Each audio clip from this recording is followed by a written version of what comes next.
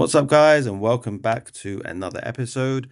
This is the first episode of the build series that we'll be doing on this car.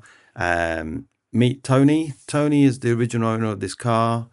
After a bit of back and forth between us, we took this vehicle off his hands. Apologies for the voiceover. The original sound was heavily distorted due to the wind, and I think it's the same with the actual camera focusing. I think it was having a bit of a tiz focusing. Anyway, so we originally had quite a big part to do with this build. Tony had this car from a stock 1.5 auto, and it then went on to be a K20 NA and then K20 Turbo. And now currently, as you will see, there is no motor setup in the vehicle. The motor's been removed for another project that we're going to be doing for Tony. You will have to wait and see, so do stay tuned on the channel and you'll see what's coming up. The idea of this project, pretty much as the title suggests, is to see if we can run a 9-second stock motor setup on somewhat of a budget. Best time on this car previously is a 10.6 at 136, I believe, or 135. 4 passes on slicks on a stock motor, so not bad going at all. Yeah, the idea is to pretty much see if we can do 9-second pass on this car on slicks at the track with a budget-ish setup. A few things we want to trial out and see how they work, being that this is one of our own cars rather than a customer's car, means we can trial some stuff out, and if it breaks, it breaks. If it doesn't, then great. We can potentially see if we can use it on customers' cars from there, or at least an option for them. We've taken on his slicks, the intercooler setup, and a few other bits, but essentially most of the other stuff is going to be getting swapped out for different stuff, which you will see. So do stay tuned, and we will obviously go through everything that we're doing with the vehicle and go from there. So without further ado, let's get cracking. Tony's going to head out and we're going to get busy. Right, now that you've seen the car, we can move on to the engine that we are putting in it, which will be the same as what it was, K20. So this is the motor that we're going to use. I got a bit excited and I've already gone ahead and stripped it all down to inspect, mostly because one, I wanted to make sure it was okay before I start sticking it on the camera. But cam covers off, sumps off, all the oil pump, windows tray, side cover, chain tension, all that gubbins is off. Was going to stick a new pump on it, but gone ahead and looked at the pump, opened it up and inspected it, and it actually looks pretty okay in there. There's no abnormal wear, there's no pitting marks on any of the gears, so pretty happy to use that. We're going to put an oil pressure sensor in it anyway, and just to monitor it, make sure everything's okay. Going to go ahead and port the oil pump as well, just to give us a little bit better flow. Other than that, the actual bottom end looks okay. We was worried about the fact that we didn't know where the engine came from. There was no history on it. It was just a engine and box that we picked up.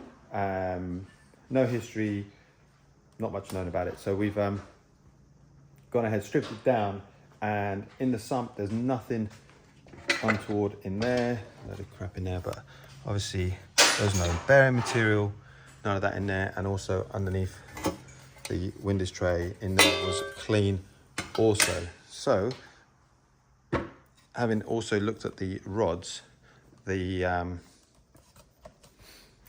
rods don't have any discoloration on them, nothing out of place. We've turned the engine over, checked for play. Not that that's a good enough indication as to whether there's going to be any premature wear on the bearings.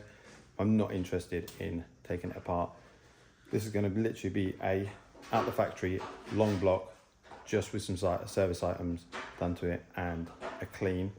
So I've cleaned the front of the engine, the side, that's all ready to go back together. The back, I think we might give it another quick clean, but everything else actually looks really good. It looks like it's had probably been looked after. There's no real staining in there, nothing that would make me concerned about anything. When we took the VTEC solenoid off, where is that? Again, another way to check for anything out of the ordinary, any premature wear, is check inside the VTC gauze and your VTEC solenoid gasket. If there's anything like metal filings or shavings in there, then that's going to be a indication that something is probably on the way out. Especially if you're buying an unknown engine, or someone's telling you, you've bought an engine that you don't know much about, you haven't heard running, just give them a little quick check over. Obviously, if you're gonna do some service items on it as well, pull the sump off, look in the bottom of the sump, make sure there's no shavings or anything out of the ordinary in that either.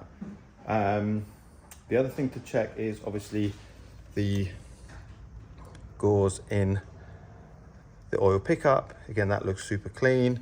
And if you really want to be anal about it, you can take the oil filter out, cut the end off, and check inside the actual filter itself to see if there's anything out the ordinary in there.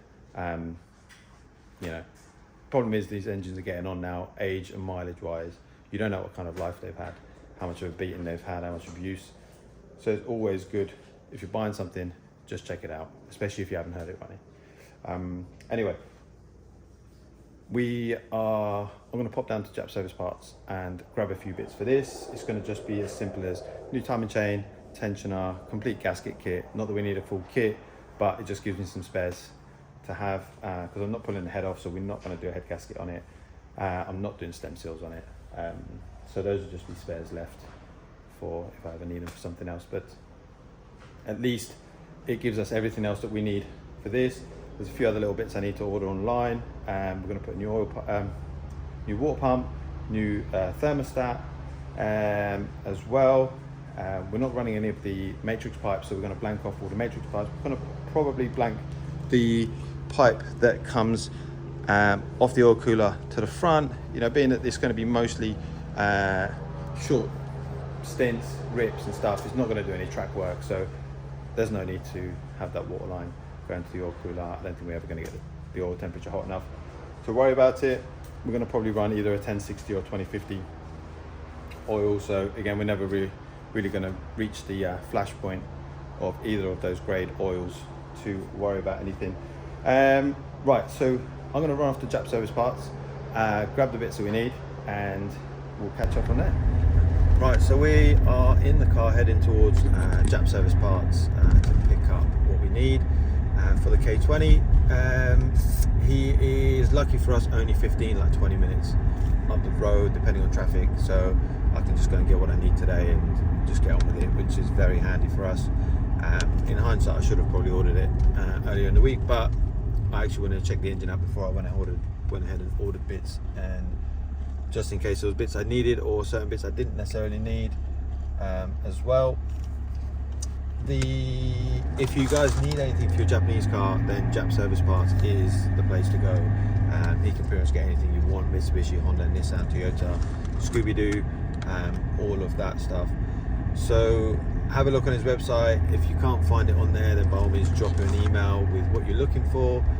If you have a part number for something specific that you're looking for, again, just fire that over to him, and I'm sure he can look into it and let you know if you can get it for you. Man, this is the bumpiest road ever, and I'm not even anything modified, and I'm still bouncing around.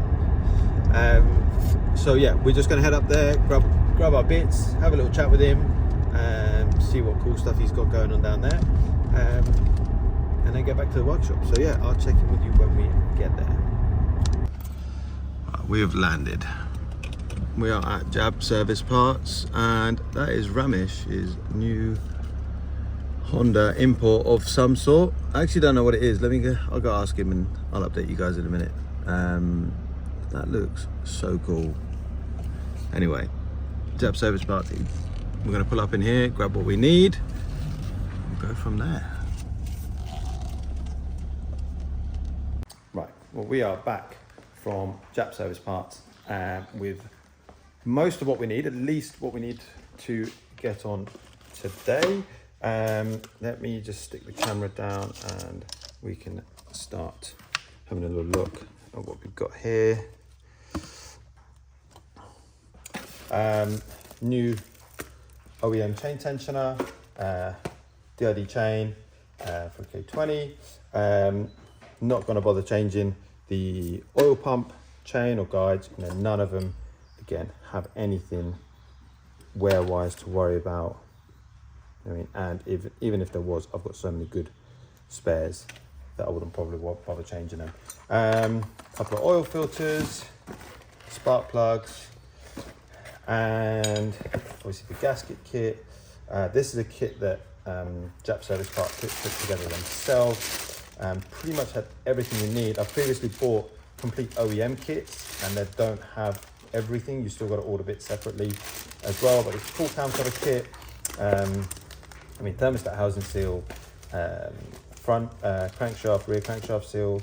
I don't even know what that is. Oh, that's the one for the water pump housing. Coolant temp sensor gasket. The metal pipe that runs around the front, for the heater matrix. Again, like we're not going to use that, so there's a matter of VTEX on the gasket. You know, I mean, stuff like this you wouldn't get in an OEM kit.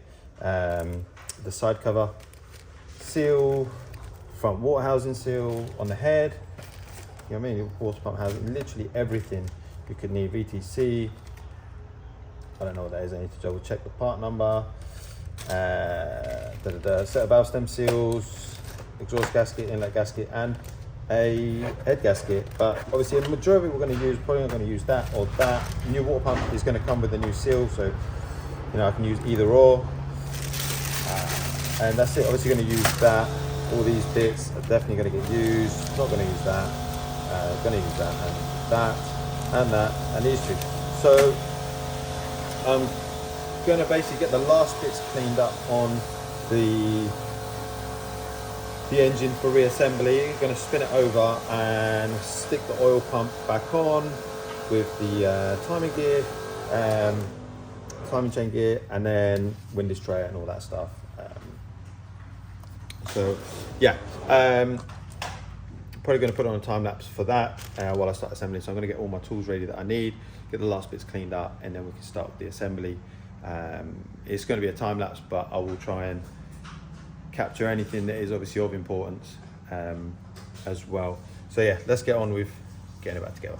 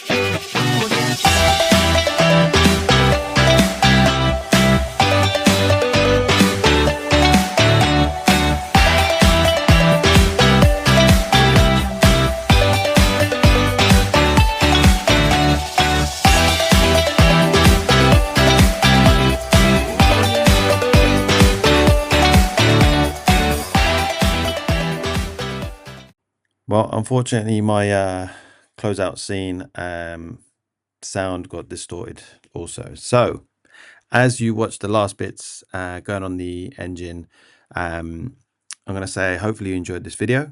Essentially, not everything I wanted was recorded, but the next video should hopefully be okay.